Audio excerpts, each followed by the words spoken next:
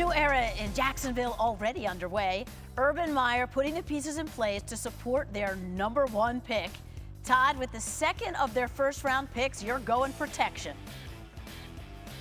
Yeah, Teven Jenkins from Oklahoma State. You should see this guy, Susie. I mean, he is big and he's a mauler. He's not like the other two, Penei Sewell from Oregon and Rashawn Slater from Northwestern, in terms of being a left tackle with great footwork.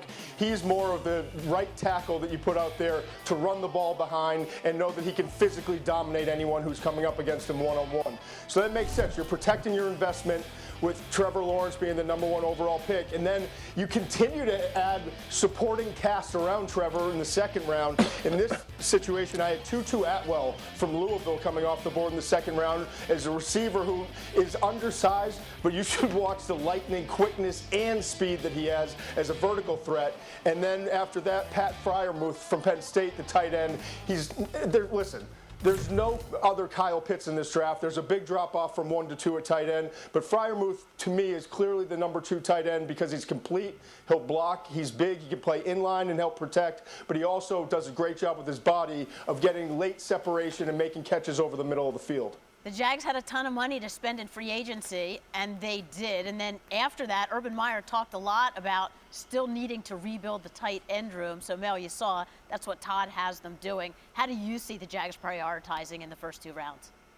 The diminutive dynamo, Tutu Atwell, would certainly make sense. Freiermuth, but I think safety is a position with Trayvon Merrick from TCU. If he were there late first round, a good football player, certainly a guy I think would be exciting. But Atwell, when you watch him play, I know he's below 160, but he is small, but he is really explosive, and he is a touchdown waiting to happen in the open field. And I think when you look at his hands, his elusiveness, when he hits the ball in his hands, how explosive he is. He fits today's game perfectly, a space game. That's Tutu Atwell, and that's why he would be a fear factor player if he was down there in Jacksonville with Trevor Lawrence.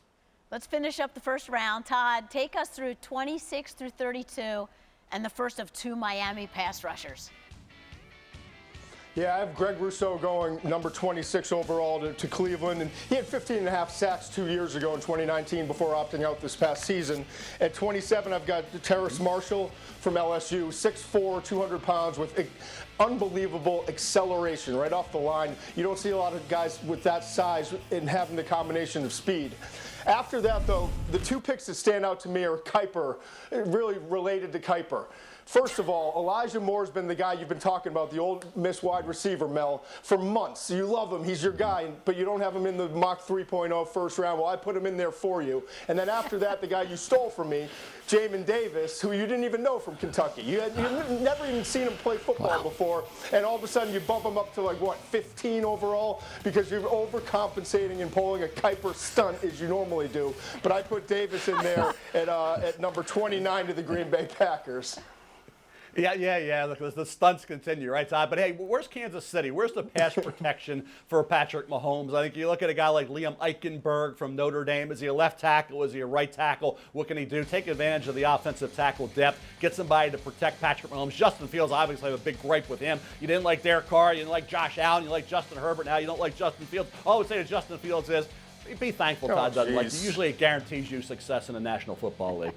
You never knew Josh Allen before I told you after a Wyoming championship game in the Mountain West that I did, and then you started studying him. Please. I and then you didn't like Josh Allen. Yeah. Yep. Oh, yeah, really.